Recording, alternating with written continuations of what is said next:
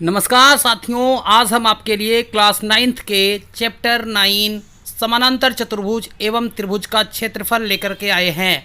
Video के last तक बने रहें, चैनल को सब्सक्राइब करें, बेल आइकन पे क्लिक करें, ज़्यादा से ज़्यादा लोगों को शेयर करें ताकि आपको पूरा अपडेट मिलता रहे। आज हम आपको इस चैप्टर में बहुत सारे थ्योरम्स, क्वेश्चंस भी डिस्कस करेंगे।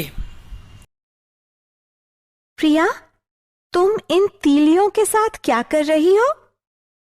मैं इन तीलियों की सहायता से अलग अलग तरह की आकृतियां बना रही हूँ। देखो, मैंने एक समांतर चतुर्भुज बनाया है। ये तो अच्छा है। क्या अब तुम एक त्रिभुज बना सकती हो? हाँ, मैं बना तो सकती हूँ, पर अब मेरे पास सिर्फ 2 तीलियां बची हैं। कोई समस्या नहीं, तुम अब भी एक त्रिभुज बना सकती हो। लेकिन कैसे? ये तीलियां मुझे दो। देखो, अब दोनों आकृतियों का आधार एक ही है। हाँ, यह तो बहुत आसान था। आओ, इस अध्याय में हम ऐसी ही और भी आकृतियों के बारे में जानते हैं। उद्देश्य। इस पाठ के अंत में आप निम्न करने में सक्षम हो जाएंगे। एक ही आधार पर तथा एक ही समांतर रेखाओं के बीच की आकृतियां बनाना। एक ही आधार पर तथा एक ही समांतर रेखाओं के बीच के समांतर चतुर्भुजों को समझना। एक ही आधार पर तथा एक ही समांतर रेखाओं के बीच के त्रिभुजों को समझना। समांतर चतुर्भुजों और त्रिभुजों के क्षेत्रफल से संबंधित प्रमेयों को सिद्ध करना। समांतर चतुर्भुजों और त्रिभुजों के क्षेत्रफल से संबंधित उदाहरणों को हल करना।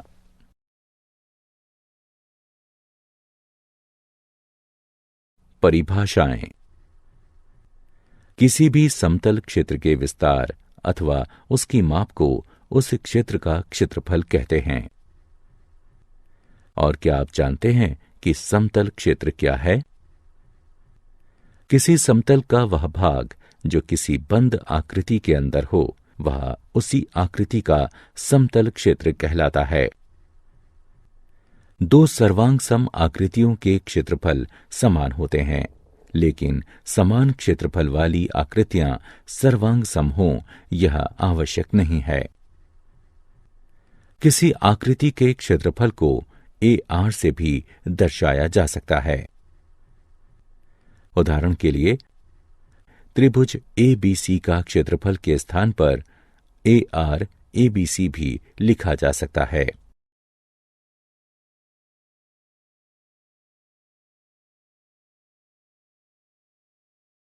एक ही आधार पर बनी आकृतियां। इस आकृति की ओर देखिए। यहां 2 आकृतियां हैं, एक आयत ABCD और एक समांतर चतुर्भुज CDEF। अब हम देख सकते हैं कि दोनों आकृतियों में आधार CD उभयनिष्ठ है। ठीक इसी तरह इस आकृति में त्रिभुज ABC और त्रिभुज BCD एक ही आधार BC पर स्थित हैं। अब इस आकृति को देखें।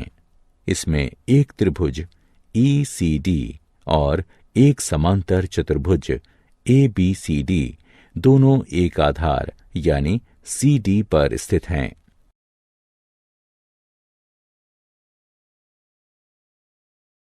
एक आधार और एक ही समांतर रेखाओं के बीच की आकृतियां। अब इस आकृति की ओर देखें।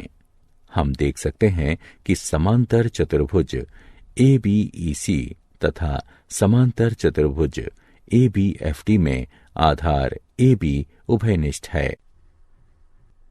साथ ही समांतर चतुर्भुज ABEC के शीर्ष C और E जो भुजा AB के सम्मुख हैं तथा समांतर चतुर्भुज ABFD के शीर्ष D और F जो भुजा AB के सम्मुख हैं, एक ही भुजा CF पर हैं जो AB के सम्मुख है।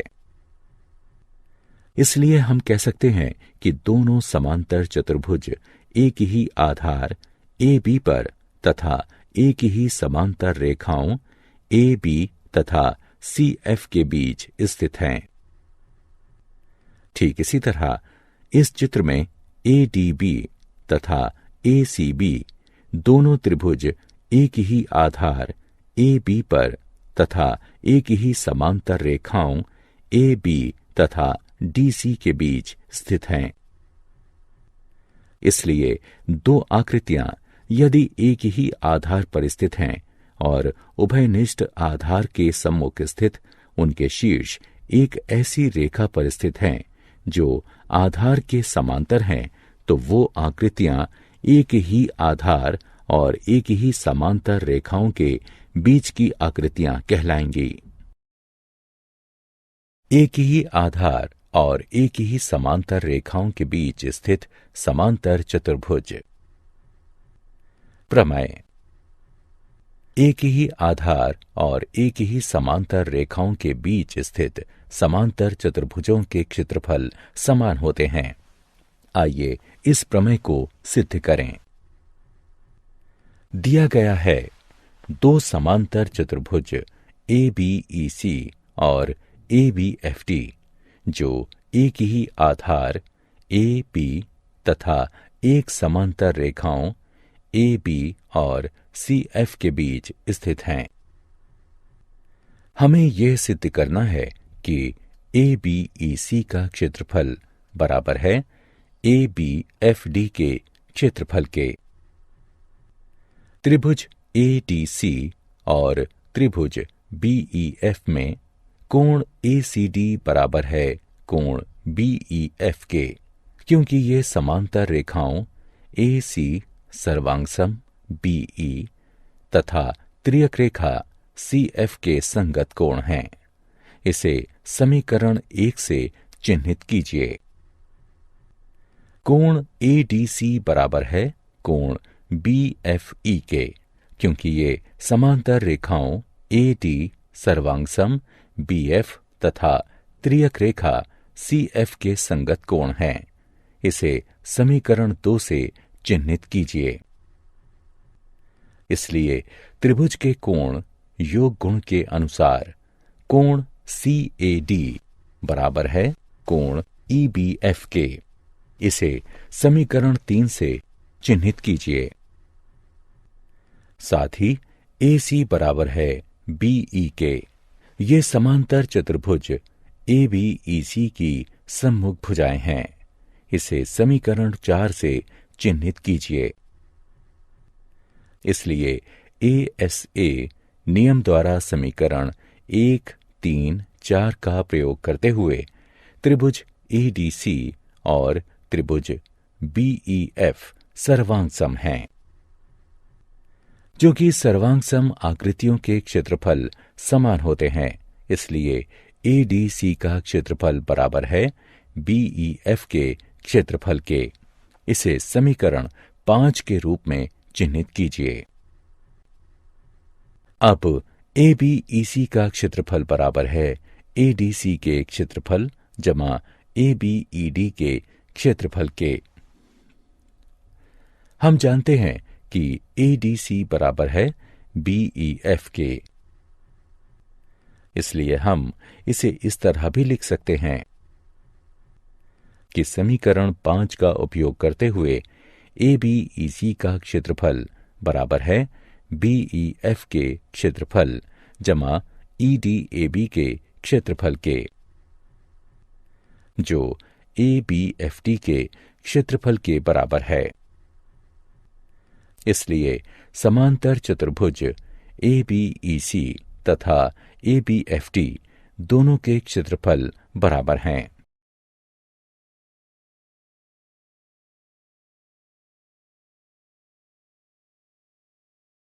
प्रमेय का विलोम। अब हम सिद्ध कर चुके हैं कि एक ही आधार और एक ही समांतर रेखाओं के बीच स्थित समांतर चतुर्भुजों के क्षेत्रफल समान होते हैं। इस प्रमेय का विलोम भी सत्य है, जिसके अनुसार एक ही आधार पर स्थित समान क्षेत्रफल वाले समांतर चतुर्भुज एक ही समांतर रेखाओं के बीच स्थित होते हैं।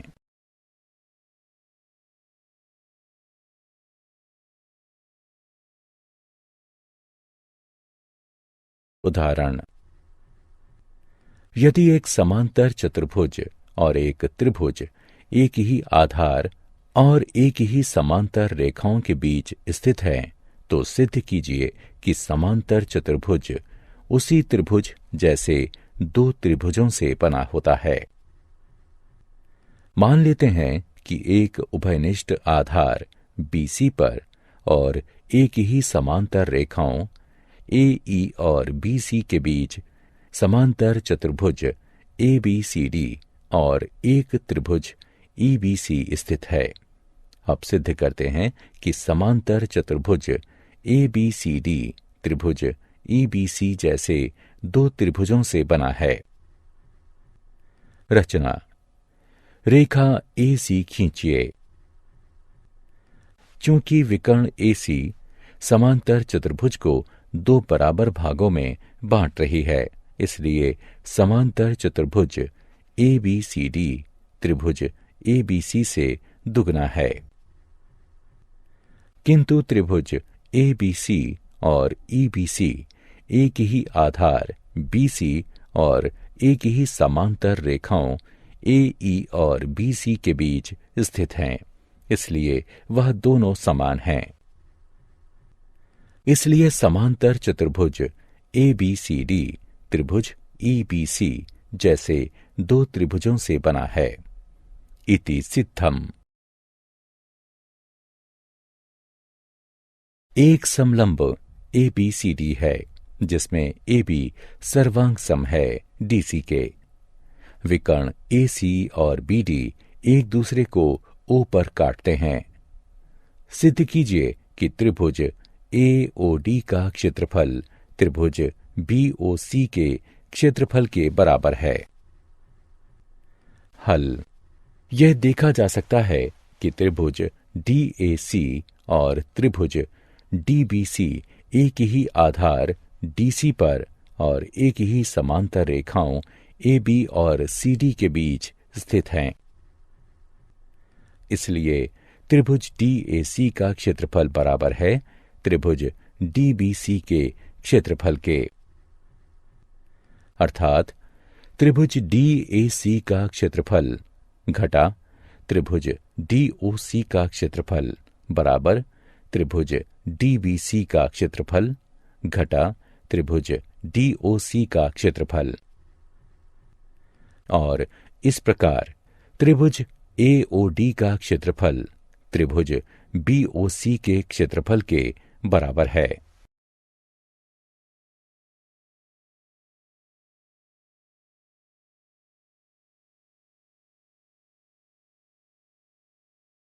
एक ही आधार तथा एक ही समांतर रेखाओं के बीच स्थित त्रिभुज।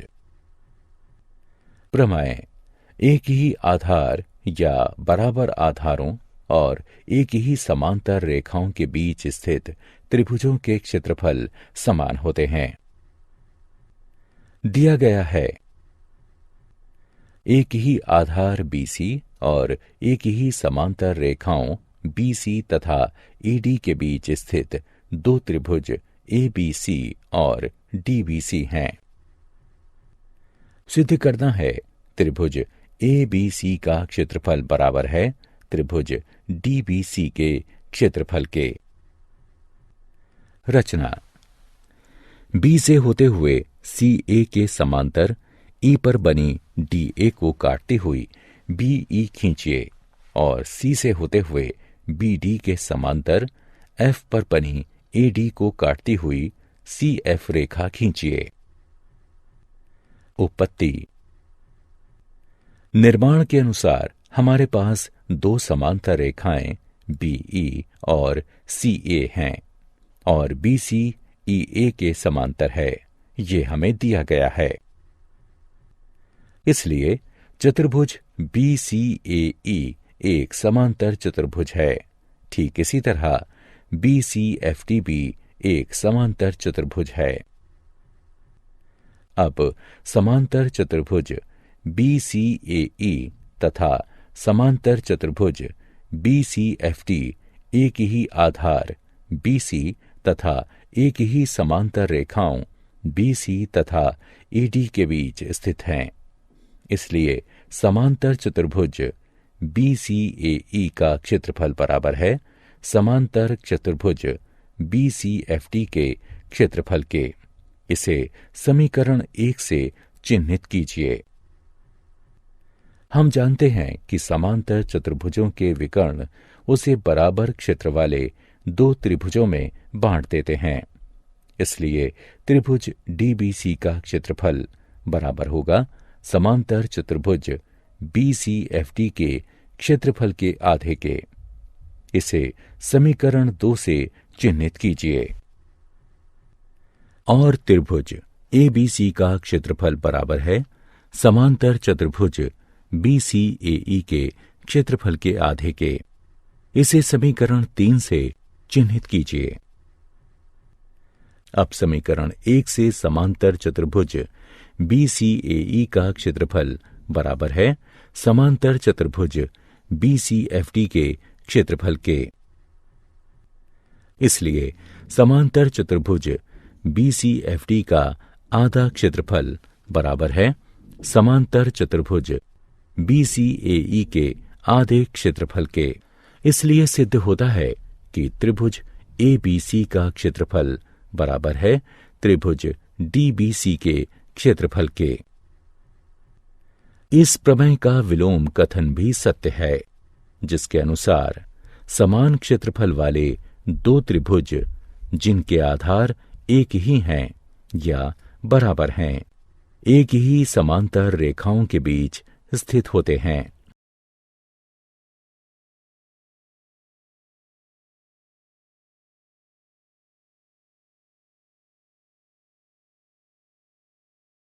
उदाहरण, एक त्रिभुज ABC में E माध्यिका AD का मध्य बिंदु है। सिद्ध कीजिए कि त्रिभुज BED का क्षेत्रफल बराबर है 1/4 त्रिभुज ABC के क्षेत्रफल के। हल दिया गया है AD त्रिभुज ABC की माध्यिका है, इसलिए यह त्रिभुज ABC को बराबर क्षेत्रफल वाले दो त्रिभुजों में बांटेगा। इसलिए त्रिभुज ABD का क्षेत्रफल बराबर है त्रिभुज ACD के क्षेत्रफल के। इसके अनुसार त्रिभुज ABD का क्षेत्रफल बराबर है 1/2 त्रिभुज ABC के क्षेत्रफल के। इसे समीकरण 1 से चिन्हित करें। त्रिभुज ABD में AD का मध्य बिंदु E है, इसलिए BE माध्यिका है। इसलिए त्रिभुज BED का क्षेत्रफल बराबर है त्रिभुज ABE के क्षेत्रफल के।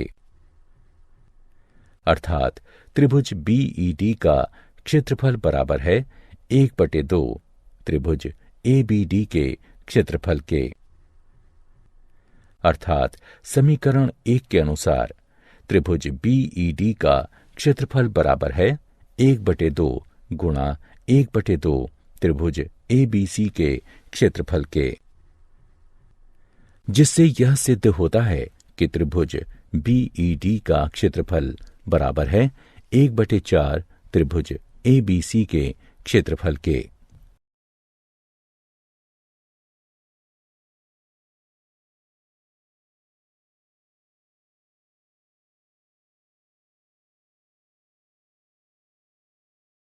सिद्ध करिए कि किसी समांतर चतुर्भुज के विकर्ण उसे बराबर क्षेत्रफल वाले 4 त्रिभुजों में विभाजित कर देते हैं। हल। हम जानते हैं कि समांतर चतुर्भुज के विकर्ण एक दूसरे को समद्विभाजित करते हैं।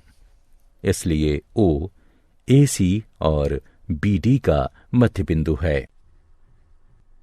त्रिभुज ABC में BO माध्यिका है, इसलिए यह इसे बराबर क्षेत्रफल वाले दो त्रिभुजों में विभाजित करेगा। इसलिए त्रिभुज AOB का क्षेत्रफल बराबर है त्रिभुज BOC के क्षेत्रफल के। इसे समीकरण 1 से चिह्नित करें। त्रिभुज BCD में CO माध्यिका है, इसलिए त्रिभुज BOC का क्षेत्रफल बराबर है त्रिभुज COD के क्षेत्रफल के। इसे समीकरण 2 से चिह्नित कीजिए। ठीक इसी तरह त्रिभुज COD का क्षेत्रफल बराबर है त्रिभुज AOD के क्षेत्रफल के। इसे समीकरण 3 से चिह्नित करें।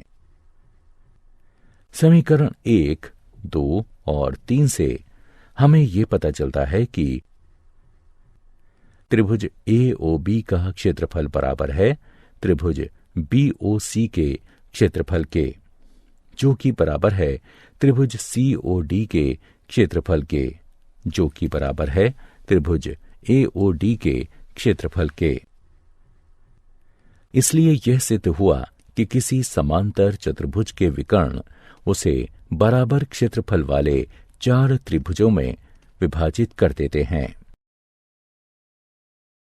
क्या आप जानते हैं, सिकंदरिया के हीरोन 1 शताब्दी ईसा पूर्व ने त्रिभुज के क्षेत्रफल के सूत्र की खोज की थी। गणित के इतिहास में वह सबसे अधिक इसी सूत्र के कारण जाने जाते हैं, जिसका नाम उन्हीं के नाम पर है।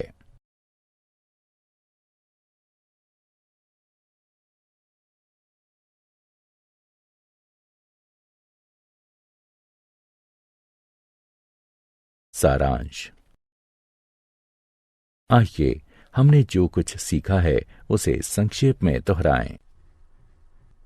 किसी आकृति का क्षेत्रफल वह संख्या किसी इकाई में है जो उस आकृति के अंदर आने वाले समतल को दर्शाती है। दो सर्वांग सम आकृतियों के क्षेत्रफल बराबर होते हैं, लेकिन इस कथन का विलोम भी सही हो ये आवश्यक नहीं है।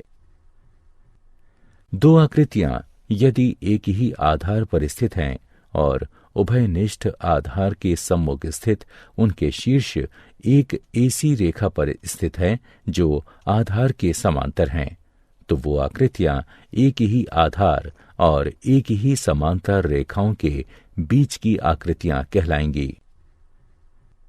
एक ही आधार या बराबर आधारों और एक ही समांतर रेखाओं के बीच स्थित समांतर चतुर्भुजों के क्षेत्रफल बराबर होते हैं।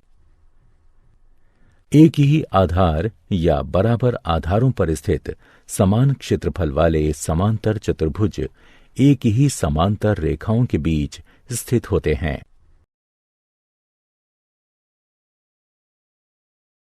एक ही आधार या बराबर आधारों और एक ही समांतर रेखाओं के बीच स्थित त्रिभुजों के क्षेत्रफल समान होते हैं। किसी त्रिभुज का क्षेत्रफल उसके आधार और लंब के गुणनफल का आधा होता है।